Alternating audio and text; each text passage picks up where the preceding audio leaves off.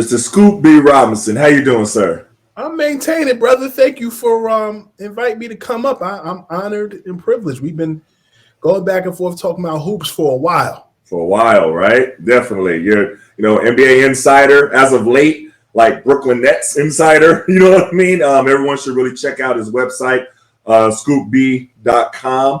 There's a lot that I want to talk to you about. Like I alluded to, I want to talk to you about the Nets and Kyrie and the KD situation and the way that, narratives are shaped around them. But I want to start off with, I had my previous episode, I had a good debate. I thought it was a good, healthy debate, right. With David Aldridge and Mark Spears from ESPN. It got a lot of strong reactions both ways. And whenever you have a debate, there are going to be people who, fall on both sides of the equation. So that's expected. But I want to really keep pushing this conversation with the media and the responsibility of the media and the power of the media. I started the debate, quoting Malcolm X, who said that the media is the most powerful entity on earth because they have the ability to control the minds of the masses and sway opinions, you know what I mean? And I very firmly agree with that 100%. But I wanted to get your take. What was your impression of the discussion/debate overall? I think that Mark and David are both pillars on two different but similar entry points. Okay. When I look at David, for me, colleagues that I know, and I've expressed this to him, his contacts are the envy of many, just because he's just who he is. Right. And I think that he's adjusted at every turn. And I think he is well respected on both sides of the aisle, player as well as journalist. I think for Mark, his trajectory as a writer and who transitioned into personality and having an online following, which is great. I think he came up, I feel like, on the cusp of the Stephen A's, the Chris Broussards, all those guys, as well as Mark Spears, were all in the same cohorts. And I feel like their experience, who they both work for, shapes how they respond. And I feel like the thing about the interview with him that I think got interesting is he and Stephen A are both strong, powerful Black voices at ESPN. Mm-hmm. And I think how aggregation went and how it appeared in print versus what he actually said, I think he was a bit hesitant in how it was received when it was retweeted or shared in blogs multiple times. But I also know from watching that he brought Stephen A's name up. Right. So once that was brought up, it's ping-ponging back and forth. It's almost like who got caught when the light was turned back on. And I think his brand, he's being protective, but at the same time, that's as a person who's a little younger, who's been around as long as they've been, like I grew up watching them, being in a lot myself. The new media and the old media, there's this tug of war back and forth. And I think that it's particularly his age bracket and my age bracket, I think we're in an interesting state where it's one, you see, as much as you see NBA players, young and old, kind of go at it back and forth on Twitter, behind the scenes, you see the same thing with journalists on the come up versus the ones who are more established. And I think that the common ground is finding a common ground, because one day you're going to be old and you got to extend your hand to the next generation. But I think at the same time, I don't think you should, and as it relates to Stephen A and just Kyrie Irving at large, I don't think you have to say somebody's name to make a ton of money or get ratings.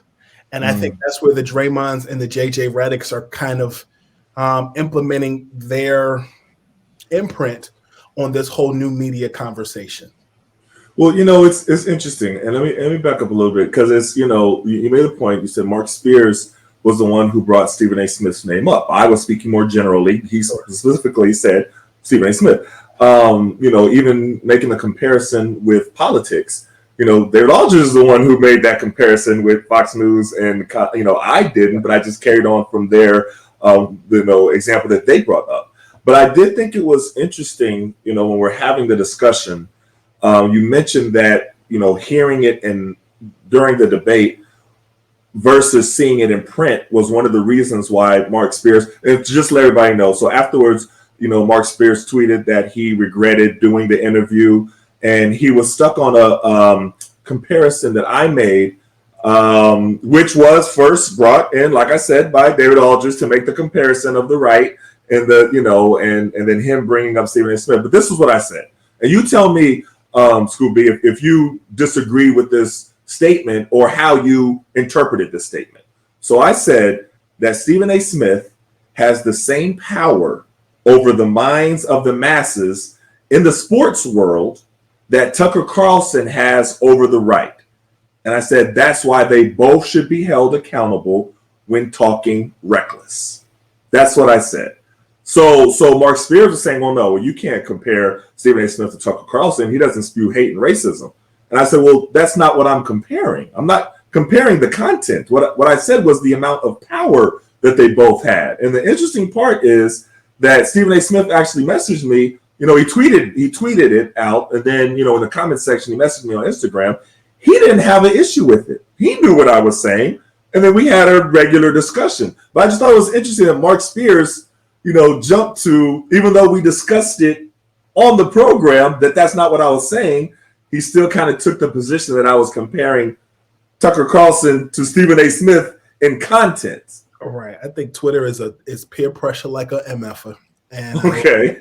that because, as I mentioned, he and Stephen A. are peers and cohorts, I think Mark was being a bit protective. Just knowing Mark, and I would imagine that it was a combination of Twitter can get out of hand, aggregation can get out of hand. And I think sometimes Twitter is not the best forum for it to be disseminated because you got 240 characters. But specifically to answer your question about Tucker Carlson and Stephen A. Smith, I think because they're both polarizing, but polarizing differently. I think that Stephen A. would understand it because he's in that he's in that chair, and he's understanding for context purposes. I think Mark was more on the fence about it of how it would be perceived. But as it relates to your statement, I would go further and maybe say this. Just because they're both polarizing doesn't mean they both don't lead an opinion-based thought and through their audience. So, like, if not Tucker Carlson, then maybe you can make the comparison that Stephen A. Smith for African Americans in the barbershop or having daily is for that group of people what Colin Cowherd is to his demographic. But I wasn't even just saying just for African Americans. I was saying in the entire sports world of how you drive a narrative. Stephen A. Smith says something. He's on every channel on ESPN every hour. Right. So he repeats something over and over and over again, and then it becomes reality throughout the sports world. That was right. You're taking away from racial. You're taking away from politics. Just following, and he has the ability to project opinion. Yes. I can see it. That's what I was saying. I can see it. But when we finish this, the aggregators are going to say, Scoop B said Tucker Carlson is. But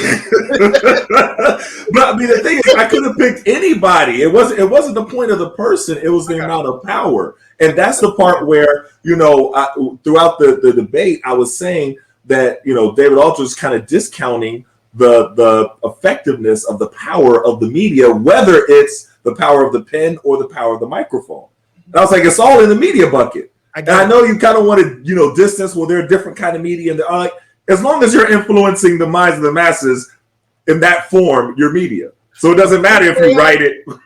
A blue crayon and a green crayon are still Crayolas. They just give a different hue. Right. And they service something in a coloring book differently, but it's still servicing a coloring book. Yes, definitely.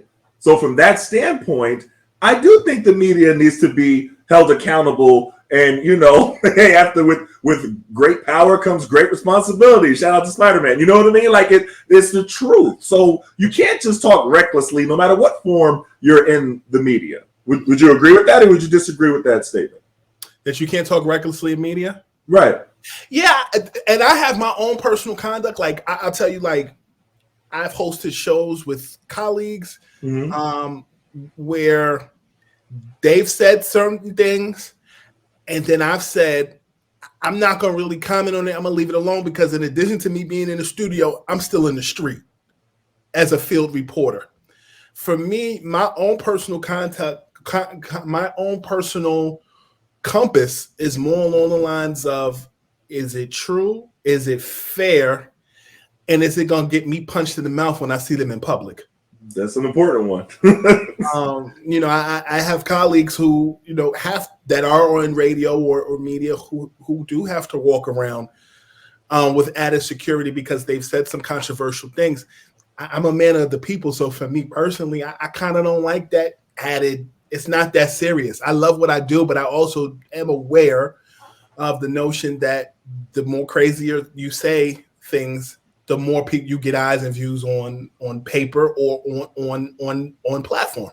But that's the problem. Then we're getting to the crux of the issue with the old media and new media. This is what I kept trying to explain to David Aldridge and Mark Spears, that when the old media makes things so personal, like how else are you supposed to take it but personally?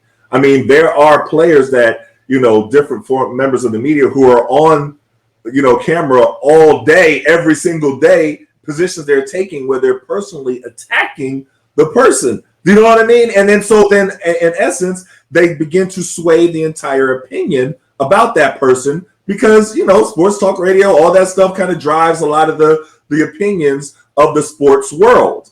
And here's the other thing. That message messes up people's money. Of course. So one of the things David Aldridge was saying was that, what difference does it make? He was saying, does it make any difference to GMs, to presidents, I was like, it definitely does. Like I interviewed Pete Babcock and I did a article about him where he specifically talked about how the narrative surrounding Kwame Brown hurt him, throughout the entire league because they heard that played over and over again. And that you're hearing it straight from a former, NBA executive's mouth. So it definitely does have an effect. Because people are too lazy to do their homework. Of course. But that's in anything. You hear something on the media, you take it as it being 100% accurate. I give you a perfect example. So 4th of July weekend, all the reports about Kyrie and the Lakers and what have you were coming out. Mm-hmm. I was on vacation in Mexico with my two best friends. Mm-hmm. And one of my best friends reads certain writers religiously. And he just thought that it was a foregone conclusion that this person, Kyrie, was going to the Lakers. And I said, well, I've been in contact with who I've been in contact with. And it's not going down that way. Right. Well, so-and-so said, I'm purposely not saying names because I'm not trying to bash anybody, but so-and-so said, I said, that's cool. I said, but you know me and you know who I talk to. You see me in action. So I'm your friend. I may not be on that level like you may think, but I know things too. And they were just stuck on what the aggregator said. And because this person was at this publication, that they know all. And I don't have any problem with that person, but I know in this instance what it is. Right. And then I might have talked to him like a week or two later. Yo, you were right. Duh. Like people believe when you're in that space, you're believable. Of course. So I think that just media is it's a very tricky business at this point, because if you say one thing wrong, even if it's like a smidget off, people gonna call you on it because free speech, but also social media has made people very familiar about jumping in your comments and saying things. But at the same time, you also have to give yourself enough room for things to change. Mm-hmm.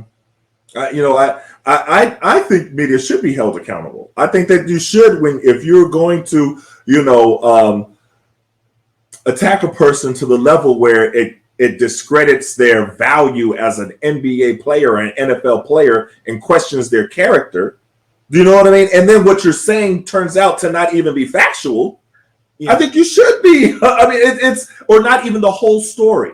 You know, and I brought up the instance with Kwame Brown because I was teammates with him. There was so much stuff being written about, and you know, Stephen A. Smith every single week, every single day, drumming, and I'm like, wait, none of that is true. That's not true. I'm sitting here. I'm seeing what's happening. That's not what y'all are reporting is not what's happening. But that's just one example. But there are so many examples I could come up with. So that's why it's like, okay, when the media does that and you have a player respond negatively, you know what I mean, and upset, and you're like, oh, we're just doing our job. Well, you have a responsibility to do your job correctly and completely and responsibly when you do your job because of the amount of power that you have. I think that there is a line that needs to be drawn between sensationalism, which kind of, you know, I'm young but old enough to remember Wendy Williams when she was on the radio in New York, and how her career took off. I'm also young enough to know or remember certain colleagues writing articles about certain players and letting players know the day before, and then the player never speaking to said journalist again. And I also do think, as it relates to Stephen A. at this point, you're both young and old enough to remember Stephen A. as a columnist, but also your kids will only know Stephen A. as a TV personality. Right. And I think that when we look at what people do, their strengths, their strong points, their weaknesses, I think that Stephen A. Smith at this point is TV strictly, and he's not an insider, but he's still connected. Being in the field every day, like a person who's around a team every day, gives them the vantage point of knowing the day-to-day. When you're in the studio, you get a little comfortable. You're not in the field every day.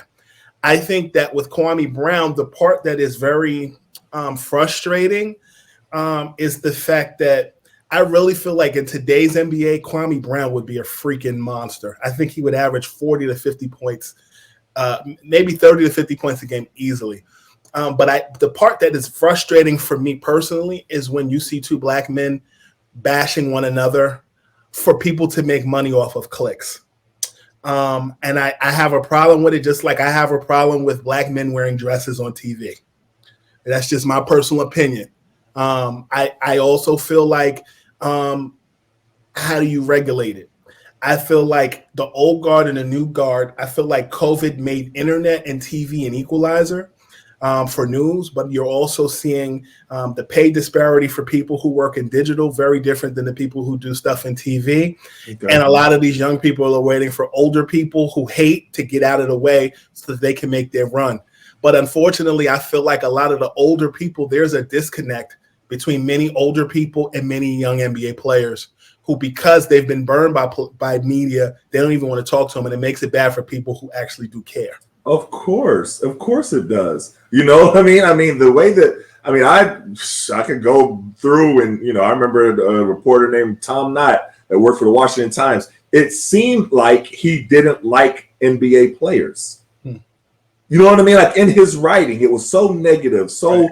You know, that it just seemed like, wow, are you jealous? Do you just not like NBA? Like, then why are you even doing this job? But it was that level of disconnect where there wasn't a need or desire for any more of a connection. Do you know what I mean? So guys remember that. Of course they remember that. So then if Tom Knott would come up to a player, shake his hand like, wait a minute, I've read your articles of what you said. What do you think I'm going to, you know what I mean, be happy to talk to you now? But that's what Draymond Green, the new media are saying, that, yeah, athletes are tired of that, because everybody has a story like that of a beat. When we're talking about beat writers, people who you see every single day, you know what I mean, that are literally trying to tear you down every single day. So, but now athletes have their own social media, so they could be their own. You know, I used to do these things called open letters. So if a media person gets something wrong or misreports something like that, I do an open letter back to them and put it in their publication. That's what I was doing when I was playing. But now guys just got to go to their Instagram, their Twitter said, no, what he said was not right. This is what really happened. Mm-hmm. Or this is what I'm thinking. Like, how's he going to know what I'm thinking? I'm telling you what I'm thinking. So it seems like there's this friction, but how can that be changed? Because it's not getting better as we're moving along. It seems like the relationship is getting worse to me.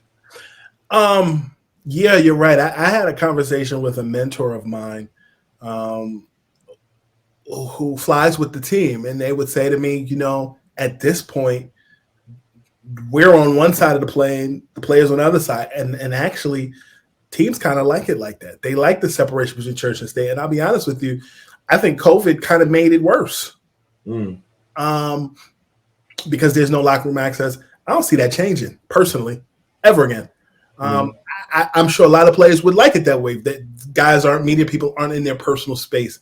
But I think that's where relationships and being creative really do come into play, where there are a select group of people who are privy to information and can disseminate it professionally. I think it's on the onus of the journalist to work harder, but for the athlete to meet them halfway. Okay. I think there's a sincerity. Like, you look at Washington politics, you still need that. You still need that one politician who is respected on both sides of the aisle. I think the respect comes until something is done to lose the respect or lose the trust or lose the, you know what I mean? Then you're looking at it in the side eye as you're looking at everybody else. So I think it a lot has to be done in order to build that trust. But let me ask you this, because this is something I posed to them. It seemed like it kind of, I don't know if it went over Mark Spears' head or if he just didn't understand the correlation I was making. But I said that I made a correlation to the good cops and the bad cops, and how, the thought of everybody saying was, okay, well, these are good cops. You don't do that. Then why don't you hold accountable the bad cops who are putting a negative light on you as a whole because of their actions? And, I'm correlating that to the media because, of course, not all media operate in the same way. However, the public or players don't really ever see, like you mentioned earlier, that, there's a back and forth going between different media people in the background, but players don't ever see that. So it seems like they're all kind of on accord with the things that Stephen A. Smith says, or the things that Skip Bayless says, or, you know what I mean? Because nobody is objecting or saying or giving an opposite viewpoint or saying, okay, we don't have to tear this person down like that or anything like that. Well, I think that sports in general, I remember when 9/11 happened, and I remember it seemed, looking back then, I was in high school, that talking heads became a thing. Like, this person had this view of Osama bin Laden. I remember another person had another view, and then I learned the differences between the Fox Newses, the MSNBCs, the CNNs, whatever you subscribe to. But I feel like sports media, number one, took that same model and ran with it. Number two, sports media, when the newspaper died, the convergence of TV and the internet made it free candy. And I feel like Stephen A. and Skip Bayless created a model, and it worked. And then in the same breath, Jason Whitlock used contrarianism to build his brand. I think in those three gentlemen creating it, the next generation is kind of taking it to the next level, and I'm a little nervous about where that's going to go. When you talk about the good cop, bad cop, I feel like there are certain journalists. There's definitely a star system, but I definitely think there are certain journalists amongst NBA players that get that respect, both in your era and today's era. I think David Aldridge and Mark Spears definitely passed that smell test. Chris Haynes passes that smell test. I'm on the rise. I passed that smell test. But then there are certain journalists who don't aspire to be on TV. There are certain journalists that just want to write. and they may not get that same respect because the players don't look at them as stars. So I feel like I think the media access that's provided for media, coupled with media that are beat writers and media who are on TV day to day, they all get lumped and grouped by players in the same box. And so then how you talk about all cops are bad, people believe that all journalists are bad. They could. I won't say they do. They could, because of a bad experience. And I think that the way you solve it, I don't know that I have the answer, but I think the golden rule applies in this situation. You know, you treat people the way you want to be treated. I try to keep it on the court. I try to, if I'm at a function and I see a player and they have a drink in their hand, or I have a drink in my hand, I learned that from some of the OGs like J.A. Adonde and Chris Broussard. You know, it's assumed that it's off the record. Like, you wouldn't use that in an article for background. You know, I think sometimes, and I've been guilty of it in the past, and the battle to be first, you could be wrong. Right. And the goal should be to be right and efficient. The easiest example or recent example, you know, that I can tie is the whole thing with the Drew League, where, you know, the article about Kai and Ron was there, but then it gets difficult because Dave McMenamin was going by what the leader or the head of the Drew League told him. So does that make Dave McMenamin a liar? No. You know, Mark Spears got from, you know, the guy from the Drew League that, you know, Kyrie was playing for No Limit Soldiers. No Limit Soldiers wasn't even a team that existed. Right.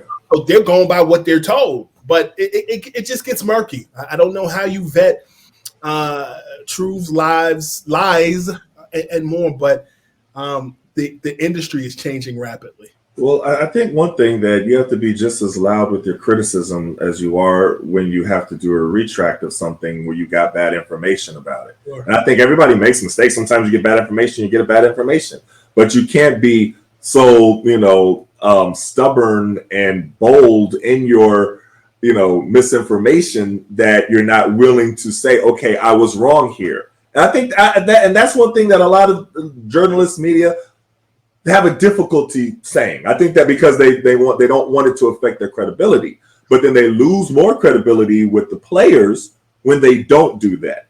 And I think that becomes the tug of war sometimes of like, who am I trying to keep my credibility with, the fans or the players? And sometimes they choose how they choose. But I do want to, you know, continue to drill the point that, you know, regardless of if it's journalists or, you know, on TV commentators or sports talks radio, it's all media.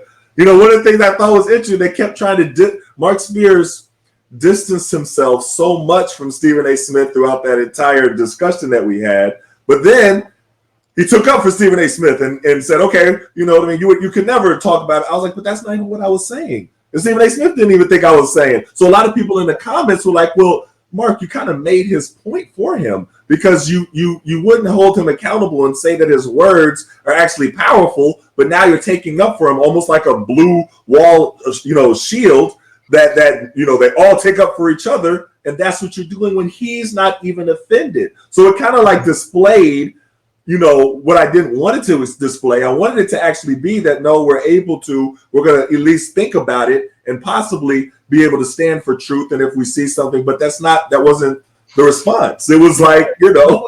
Knowing Mark, I'm sure that he was protective of how it could turn. But at the same time, I think he didn't want to appear to be kicking his teammate at ESPN in the back based upon how it would be rewritten when it was said. That's the gauge that I get. I hear you, but that's not what was actually said, though. I'm with you. Yeah. I'm with you. Listen, I don't have a dog in the fight. No. I hear you, though. At the same time, I know how much power Stephen A. Smith has at ESPN, and of course he was probably being careful. But at the same time, I'm glad I was on here with you to further this conversation because I work at ESPN, but at the same time, you know, I see those brothers around, and it just is interesting. That's all I can really make of it. I just think he distanced himself from it, but at the same time, I really do think you should get Stephen A. to sit with you and talk and see if he can see that comparison and not just message you, but actually, break that down, because I'd love to know. Oh, I would love to. Because I think these discussions are great to have. You know what I mean? Even if we're disagreeing, but just presenting the different ideas and perspectives and everything like that, I think that is great to have. It doesn't have to be where I had so many people come up to me because I was at my son's tournament in Kansas City after that. And they was like, "Oh, are y'all beefing?" I was like, "No, we're not beefing. We just have different opinions. And it doesn't have to turn into a beef." You know what I mean? But you know what? I had this conversation with my two best friends while we were in Mexico. Mm-hmm. I feel like a lot of times, especially on Twitter, people don't know how to agree to disagree and still be civil. I agree. I definitely agree with that. And agreeing to disagree means you have a beef to people. I don't agree. Yeah, not at all. Listen, not at all. I believe you and I both believe 2 and 2 is 4. If you wake up today and say 2 and 2 is 5, cool. Right. We ain't got a beef about it. We can still be friends. I just don't agree with you. Yeah. I mean, I like having these discussions, so I want to keep on pushing the media to have those, and I think they're important discussions to have. So I want to ask you this. I want to ask you about the Brooklyn Nets. It's interesting because, and this goes along with kind of what we're saying, the narrative that has been created around the Brooklyn Nets, even about, Kyrie, even with KD. And I want to, what do you take of it? Because Kyrie is an interesting situation. And I made this comment. I want you to respond to this comment in particular. Okay, so I said that this is going towards the power of the media to be able to shape narratives. So with Kyrie, I said if the narrative created by the media was that Kyrie was a champion for mental health and why it's so important to take care of your mental health to continue the longevity of your career in whatever field it is, then the entire perception would have been different around the games that he took off because he said he needed a break. Now, in contrast, what was done after that by Stephen A. Smith, was one of them, was more like, oh, he doesn't want to play. Oh, he's just using this. Oh, he's missing games again. Oh, he's not reliable. Oh, we don't know if he's going to show up or anything like that. And I'm like, well, how do you pick and choose who says that, for mental health, they need a break because of this and that it's an acceptable reason? Do you know what I mean? So I'm just wondering what your take is on that element specifically with Kyrie. I think specifically to the point that you made about Stephen A. Mm-hmm. I understand Stephen A's logic, but I understand Kyrie's too. I am a tweener, where I understand where my elders came from, but I also understand where young people like myself and younger come from. And I think that Stephen A operates in a very old school way of picking up your lunch pail, going to work every day, and damn being in pain, just take vitamins and be done. I think Kyrie operates in a mind state of my job is to bounce a basketball in a hoop and I'm done. And I go about my life with my friends, my family, and who has my best interest at heart. I do know specifically to Kyrie's point of view, standpoint, and more. This whole mental health day really began after the insurrection, January 6th. I caught hell because I tweeted that his reasoning for not wanting to play is I just didn't want to play. And I think that needed more context, just like many people don't understand Kyrie because of lack of context, because I think ultimately a lot of people don't know him. I think as it relates to media, many people who shape his story do not know him. I could personally say I'm one of few who know him more than most. And largely because our families go back 30 years. Okay. But I'll say specifically to the point of Stephen A. Smith and Kyrie, their issues go deeper than just not playing. Their issues go back to things that I know Stephen A. knows about him personally, but also I know that Kyrie's family, specifically his father, are very frustrated with how Stephen A. Discusses Kyrie. I know that Rod Strickland a former Wizard like yourself, surely is someone who is a mediator, if you will, but because he's Kai's godfather. But ultimately, I think for Kyrie's functionality for the rest of his career, I'd hope that he'd take a page kind of out of Tom Brady's book. I feel like when you win, people get amnesia. I think that you saw that with the Deflategate, and that is no comparison to Kyrie and mental health and skipping games and COVID. But that's the easiest thing I can grasp from that based upon just my experience as a member of the media, but also being a consumer of culture. I feel like once the Deflategate happened and once Tom Brady just created more longevity and he won, people forgot. And I was hopeful for Kyrie's sake that if the Nets did win this past season, a similar module would have happened. Unfortunately, the Celtics represented the NBA in the Eastern Conference. But I think for Kyrie also, and I've always felt this way, I think he did a good job on I Am Athlete of really getting people getting to know him. That's always something that I've shared with both he and his circle. I think a lot of times people get angry with Kyrie because they don't know him. And I also believe that when you look at LeBron, you know who LeBron is. You know that he has kids. You know that he loves his daughter. He loves his wife. He is very involved with a school. Education is important to him to a degree. And he loves his family. With Kyrie, he's very private and very guarded. And a lot of reasons why he is very private and is very guarded is because of him feeling as though he was burned by the media in the past, dating back to Cleveland, and even going back to his decision of deciding to go to Duke when he was at St. Pat's. So there's just a lot of history, layered history with him. I don't think I have enough time in the day to break that down, but that's what I do know. You know, it's interesting going back to the mental health part.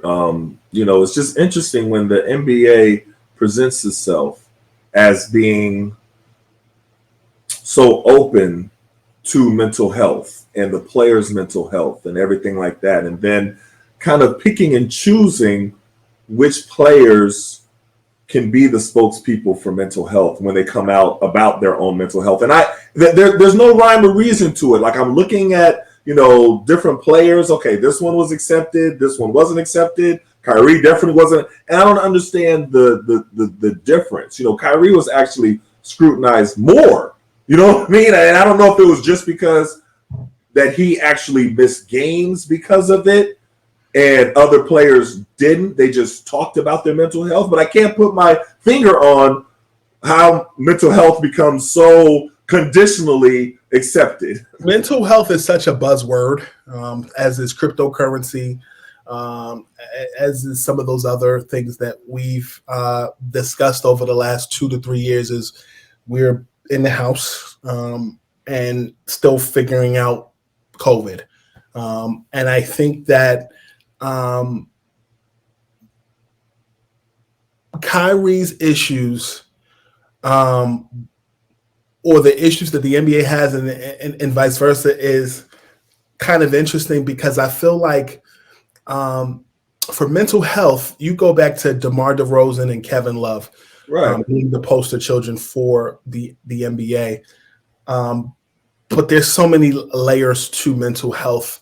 And I think that nobody has really sat down and talked about not just the effects of playing a grueling 82-game season, but also the travel after games, time zones, all those different things, as well as the amount of criticism that players and hate and ridicule that players get online.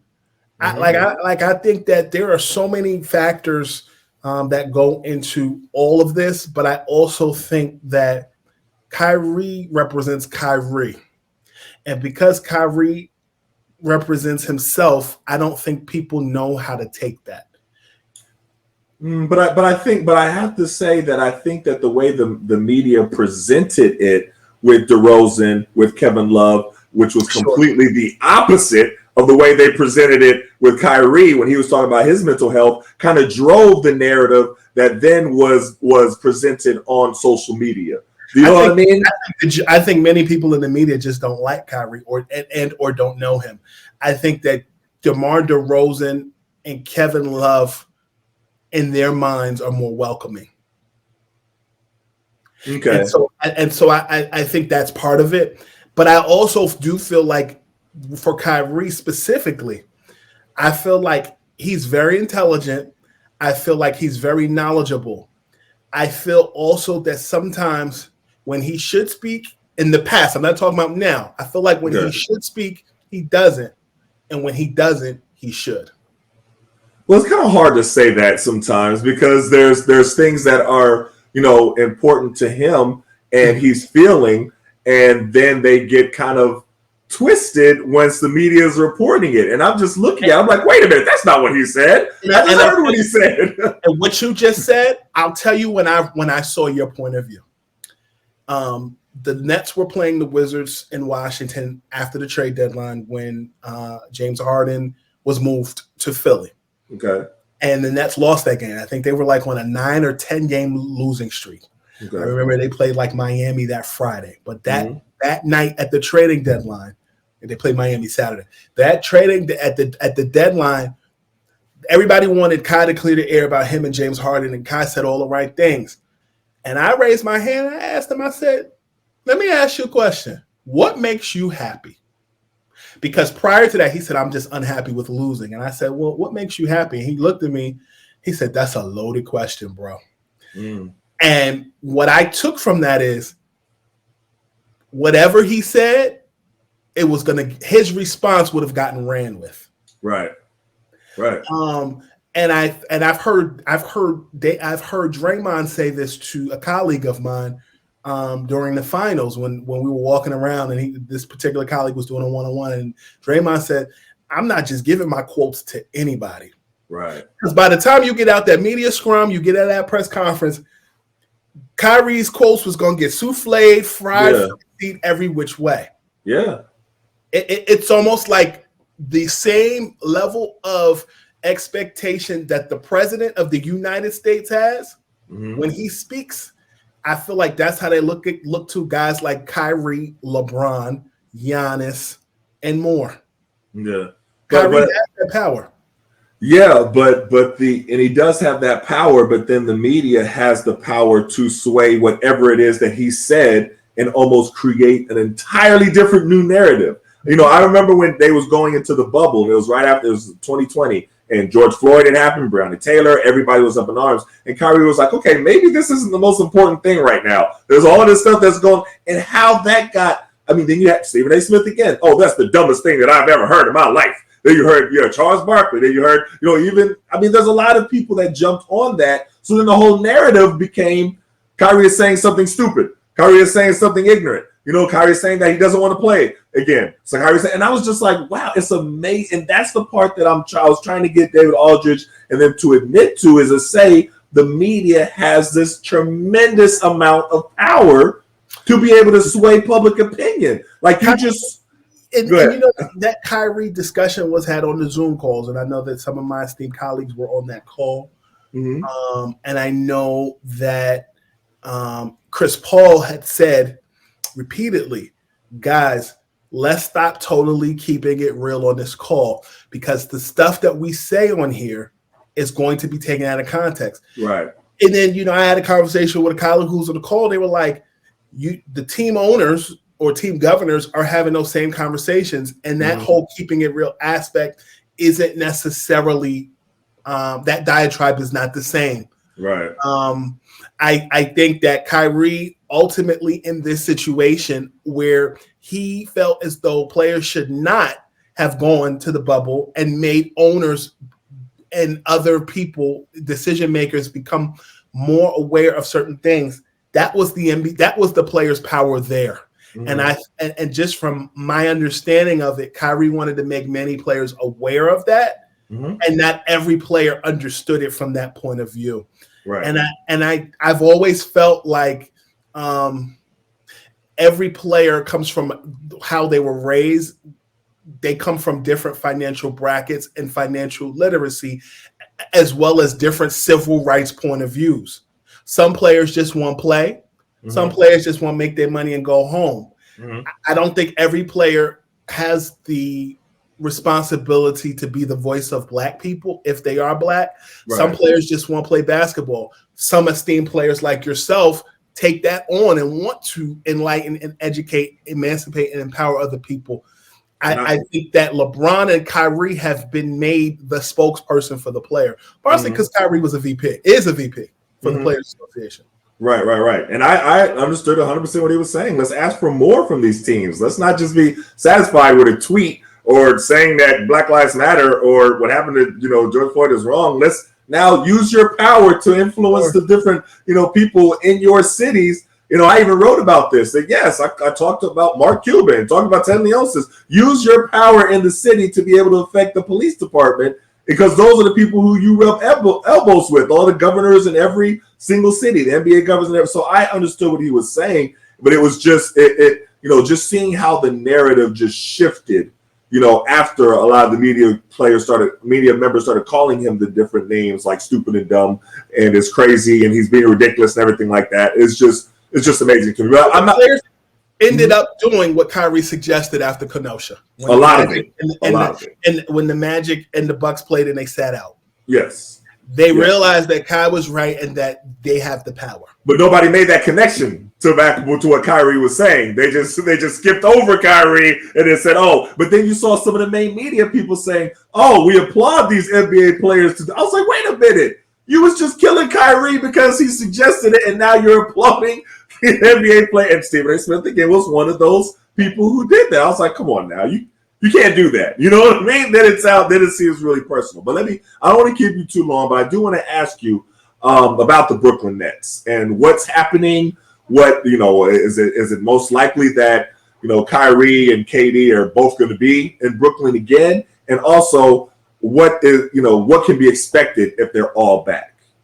So from the beginning, I've put out there since around a little before 4th of July and after 4th of July weekend that there is a chance for reconciliation. And I think that what the Nets found was that what they wanted for Kevin Durant, they weren't going to get. I know that the Nets and the Pelicans had conversation. The Nets were looking for Brandon Ingram and Larry Nance and first round picks. I know that the Nets wanted Scotty Barnes from the Raptors in any deal surrounding Kevin Durant. I know that the Nets wanted Devin Booker in any deal. The Nets wanted both Anthony Davis and Russell Westbrook in any deal for Kyrie Irving. And I think that they realized what they wanted, the market wasn't going to give. And I think that the best way to counteract that in the future for them, if the Nets are still looking to move those two gentlemen, it's kind of what the Sixers were looking to do last season with Ben Simmons. Out of sight, out of mind is always a thing. What have you done for me lately? You're only as good as your last act. I think that the Nets, if they're still looking to move them, they need to show up to training camp and showcase those gentlemen in games played. But from my understanding of the issue specifically, Kevin Durant was very frustrated with the handling of Kyrie's contract, as well as some of those pieces within the organization that were lacking. Adam Harrington, who he was an assistant coach with the Nets, longtime friend of Kevin, shooting coach and more, still paid but let go as an assistant coach.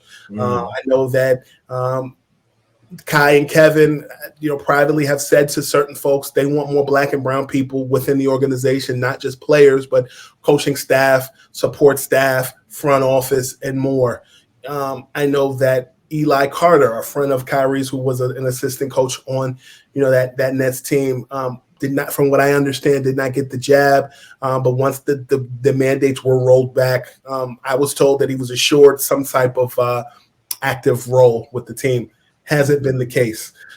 There's been a lot of back and forth about Kyrie's contract with, Sean Marks, Joseph Tsai being part of some of those meetings with Kai's representation, his stepmother, Shatalia Riley Irving. But they really couldn't agree on anything. But I think that the one thing that I take from just all of this is that if Kai does play well early in the season, beginning of the season, towards the end of the season, and is consistent, I think that the Phoenix Suns with DeAndre Ayton is a cautionary tale about money and what people are offering you.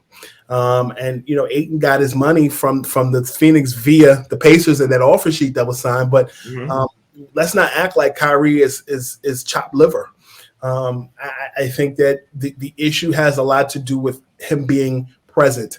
The mandates were what they were. He couldn't play, and the Nets were very uncomfortable with paying him a boatload of money without they felt a return on an investment in games played. Interesting with that, you're talking about the whole COVID situation, and, a large portion of the society was very uncomfortable with taking the vaccine. I mean, I was uncomfortable with taking the vaccine. I took it, but I was very uncomfortable with taking it. It was at a time where more than half of the NYPD didn't want to take the vaccine, but, and everybody was okay with it until Kyrie missed some games. Then they're like, wait a minute now, you can't, miss any games for any reason. And I was just like, well, is for the reason of the vaccine. So I wanted to ask you, what was your interpretation of Sean Marks' address at the end of the season, where he kind of was buying into a lot of the narratives that were, given throughout the media, questioning Kyrie's commitment to the team, questioning if he wanted to be there, if he was all the way bought in or anything like that, invested, using those kind of language. And, he was talking about Kyrie. What was your take on all of that? I think he took a page out of Phil Jackson's book as far as addressing players and their mental psyche and getting their attention. But I also think, all joking aside, that with Sean Marks' take on, or Sean Marks' explanation of it, I think it was a combination of saving face, but also how he really felt. You think it was wise to do that on Sean Marks' part? Like, how did you think that was going to react? I mean, you're talking about Phil Jackson and winning cures everything. So they won, so obviously it was wise for Phil Jackson. But, is that kind of the barometer of how you decide if it was a good move or not? I mean, I'm sure that didn't sit very well with Kyrie. I think that these players today have a lot of tunnel vision. And I'm not speaking for Kyrie in this instance. This is my opinion. Okay. I don't really think Kyrie cared about what Sean Marks had to say. What Kyrie knows himself. Okay.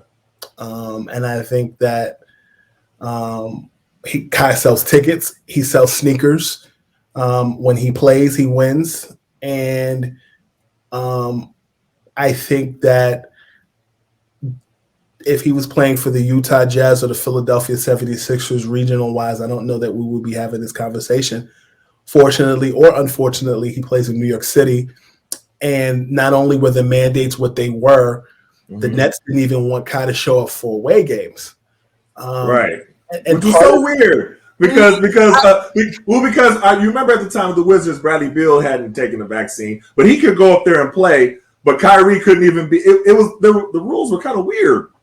It felt like the Kyrie Irving rule. That's what it felt like. Like it was specific. Like somebody had it in for him. That's my yes, of course, of course, because they didn't make any logical sense. Yeah. So last question for you though. How good can the Nets be? Everybody coming back. Ben Simmons coming back. And being full strength and what he can definitely provide, especially with perimeter defense. How good can the Nets be this coming season? I think they can compete with the Eastern Conference elite. I think one thing that all this discord provides is less pressure on them and more pressure on the Celtics, the Bucks, and the Sixers. I feel like a lot of people have had this offseason conversation about the Nets. And while some have expectations for them, some don't think much because they think that they're a circus. And that kind of pushes them under the radar. But I also feel like as much as Kyrie has something to prove in the contract year, so do this Ben Simmons. I feel like Ben Simmons fits this team like a glove. Mm-hmm. I agree. And I feel like he fits them for both. He doesn't have to give you 20 or 30 or 40 points a night, but defensively, he's going to be Mm-hmm. there. Mm-hmm. And also, um, how much pressure he takes as the primary ball handler, distributing it to their two stars and Kevin.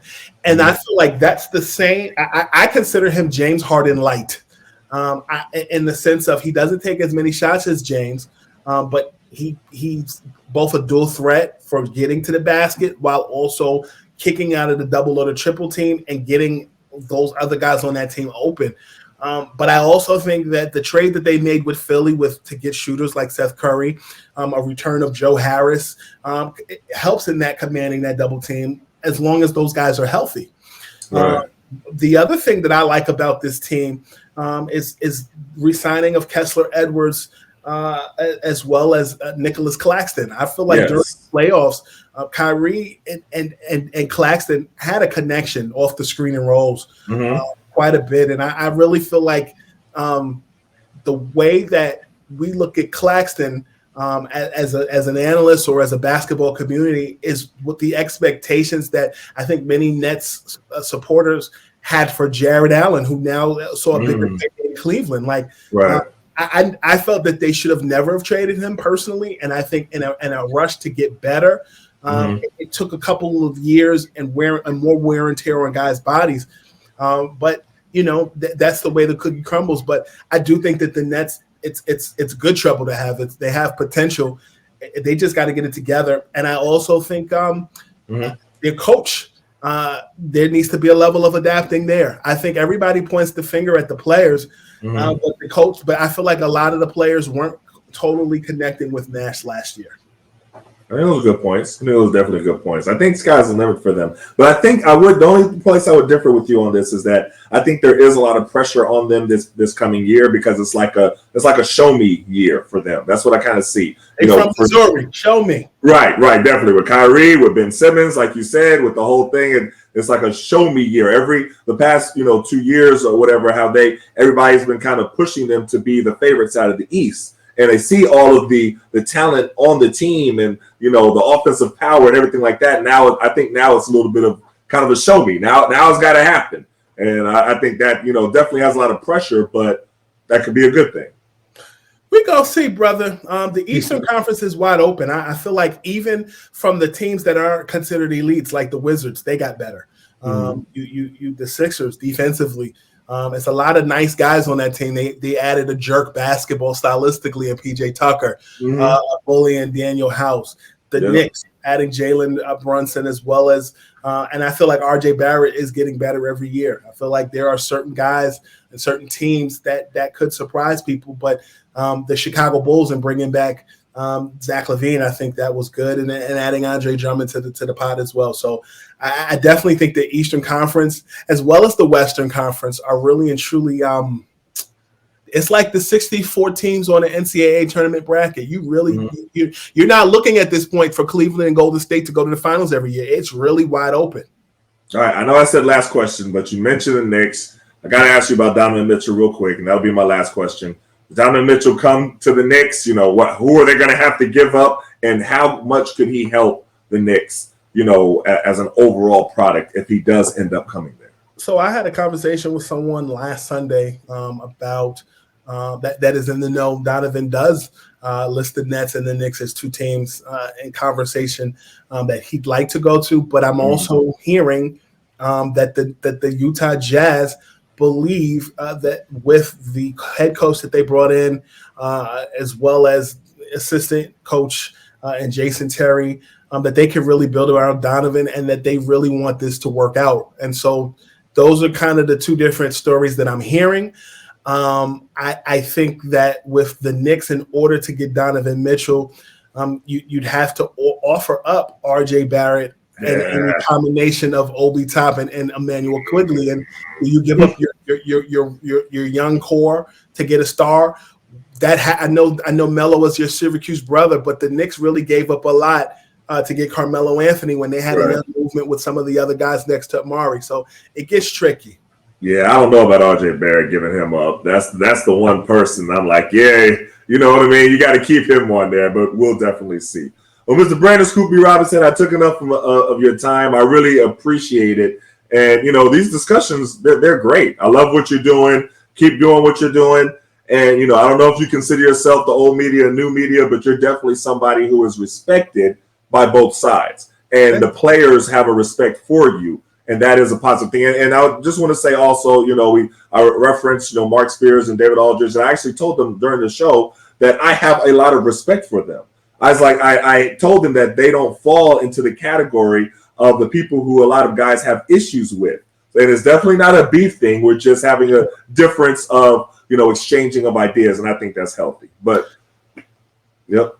Yeah, man. I think it's also listening. Listening to understand, not hearing to respond. Definitely. And that's not just necessarily just with them. Mm-hmm. That's us as a country. Everybody got a hot take, but do you have a hot peacemaking offering also? Or just listen. Like, that's right. Food helps with that process too. That's right. That's true too. That's true too. Over a good meal, just sit down and talk about it. But hey, thanks again. We got to chop it up, another time. But thanks again. Keep doing your thing. And thank you for coming on the Rematch, Basketball News and Fly TV. All right. Peace.